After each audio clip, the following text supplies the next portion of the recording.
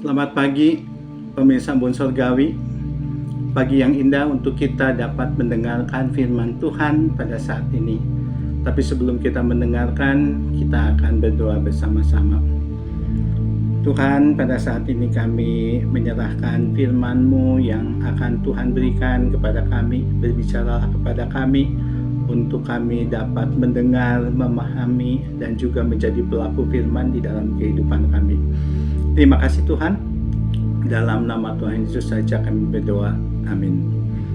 Saudara, firman Tuhan pagi hari ini saya beri judul cepat mendengar, lambat berkata-kata, yang terambil di dalam Yakobus 1 ayat 19 sampai 21. Tapi saya akan fokus ke ayat 19 yang berbunyi seperti ini. Saudara-saudaraku yang kekasih, ingatlah hal ini. Setiap orang hendaklah cepat untuk mendengar, tetapi lambat untuk berkata-kata, dan juga lambat untuk marah. Saudara, suatu hari saya merenungkan tentang dua kata. Dua kata itu yaitu cepat dan lambat. Mana yang lebih baik? Apakah lebih baik cepat atau lebih baik lambat? Tapi kita pada saat ini akan belajar dari firman Tuhan. Mari kita lihat, kita baca apa sih yang Tuhan berikan kepada kita melalui ayat yang barusan kita baca. Ayat ini menegaskan supaya kita harus cepat untuk mendengar, tetapi lambat untuk berkata-kata dan lambat untuk marah. Apa maksudnya? Maksudnya jangan terlalu cepat menjawab. Jangan perlu terlalu cepat menanggapi pernyataan atau pertanyaan seseorang, karena tidak semua hal itu harus dijawab atau ditanggapi. Contohnya, suatu saat suami, istri, anak, bahkan teman kita sedang curhat, maka kita harus cepat mendengar. Maksudnya banyak untuk mendengar. Jangan sampai ia baru curhat satu kalimat, kita cepat-cepat menjawab, dan lebih banyak menjawabnya daripada mendengarnya. Dan akhirnya orang itu tidak jadi curhat, padahal ia sedang butuh untuk didengarkan.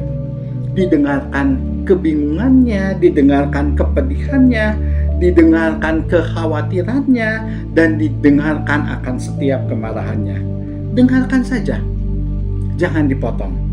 Apalagi diberi ceramah panjang lebar dengan segala jawaban yang malah membuat mereka lebih tertekan. Banyak orang butuh didengarkan, karena didengarkan itu melegakan hati.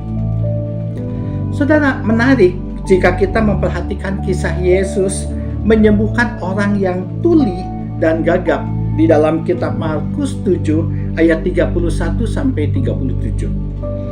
Diceritakan saat Yesus berjalan menuju Danau Galilea, ada seorang datang menghampiri Yesus sambil membawa orang yang tuli dan gagap. Orang itu mohon-mohon kepada Tuhan Yesus untuk menyembuhkan temannya itu, teman yang tuli dan gagap itu. Lalu Yesus menarik orang itu dari keramaian. Ketika di tempat yang sepi, Tuhan Yesus memasukkan jarinya ke telinganya terlebih dahulu sebelum ia menyentuh lidahnya. Dengan kuasanya Yesus menengadah ke atas dan berkata, "Ephata," artinya terbukalah. Maka terbukalah telinga orang itu dan dia dapat mendengar. Dan seketika itu juga ia dapat berkata-kata. Perhatikan, orang gagap dan tuli itu bisa berkata-kata karena ia dapat mendengar terlebih dahulu. Nah, Yesus sedang mengajarkan kepada kita bahwa sebelum kita berkata-kata, kita harus belajar mendengarkan terlebih dahulu. Dari ayat emas kita pada saat ini, kita juga belajar selain berlambat berkata-kata, kita juga harus berlambat untuk marah. Jangan cepat naik darah. Ingat, kita bukan bensin yang sedikit langsung disulut, langsung merah menyala. Kalau kita bicara tentang lidah, lidah sapi kalau dimasak dan diolah dengan baik dan benar, itu akan menjadi makanan yang nikmat. Kue lidah kucing juga enak rasanya. Tanaman lidah buaya juga enak dijadikan minuman. Bahkan lendirnya bagus sekali untuk pertumbuhan rambut. Tanaman lidah mertua itu merupakan tanaman yang merupakan sebagai antiseptik yang membunuh bakteri. Semua lidah-lidah yang disebutkan tadi ada gunanya. Hanya lidah manusia saja yang mengerikan jika salah untuk digunakan. Alkitab berkata, lidah itu bagaikan api, buas dapat membinasakan. Tertera di dalam Yakobus 3 ayat 5b sampai 6. Lidah itu bisa lebih cepat bergerak daripada otak. Banyak orang sering bicara tanpa berpikir, ceplas-ceplos, asal ngomong, tanpa memikirkan bagaimana perasaan orang lain. Lihat foto orang makan, langsung komen, makan melulu.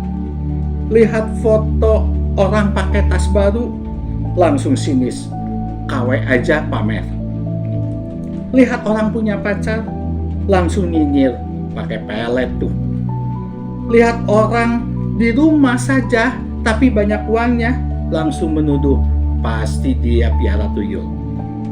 Aduh, jangan sampai orang Kristen, tapi lidahnya hanya ada guncingan dan juga sindiran atau cemoohan seperti itu. Dan biasanya apabila komentar-komentar itu sampai di telinga, banyak orang yang langsung naik darah, seperti bensin yang disiram sama api.